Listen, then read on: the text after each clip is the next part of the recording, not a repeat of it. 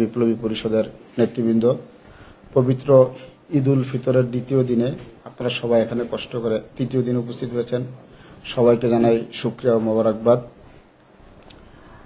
আজ 23 মার্চ ঐতিহাসিক পাকিস্তান দিবস। 1940 সালের 23 মার্চ পাকিস্তানের বর্তমান লাহোরের মিন্টু পার্কে মহান মুসলিম জাতীয়তাবাদী নেতা শেরেবাংলা একে ফজলুল হক তার ঐতিহাসিক লাহোর প্রস্তাবের মাধ্যমে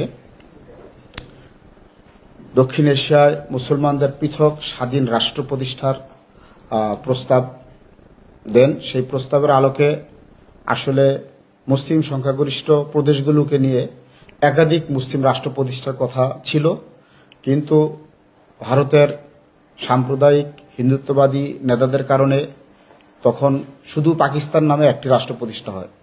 তবে এই উপমহাদেশের মুসলিম জাতিদের ভাষা বৈচিত্র্য এবং জাতীয়তার বৈচিত্র্যের কারণে আমরা শেষ পর্যন্ত যেই অবিভক্ত পাকিস্তান ছিল, পাকিস্তান 1971 সালে দুই ভাগে বিভক্ত হয়ে পশ্চিম পাকিস্তান বর্তমানে পাকিস্তান নামে রয়েছে, আর পূর্ব পাকিস্তান।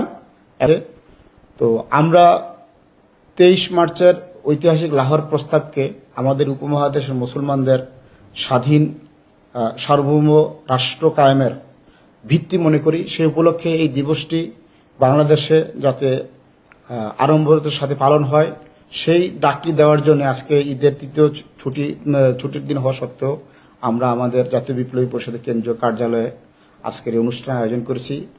আমরা প্রথমে পাকিস্তান দিবস উপলক্ষে আলোচনা করব, তারপরে আমাদের পাকিস্তান আন্দোলনের মুসলিম জাতীয়বাদী নেতাদের রুহের মাগফিরাত কামনা করে দোয়া করব।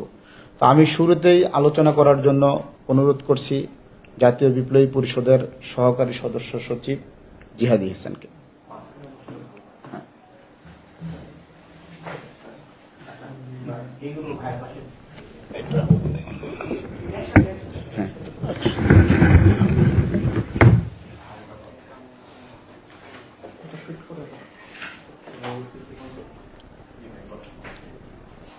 বিসমিল্লাহির রহমানির রহিম। আজকে 23 মার্চ লাহোর প্রস্তাব দিবস বা পাকিস্তান দিবস।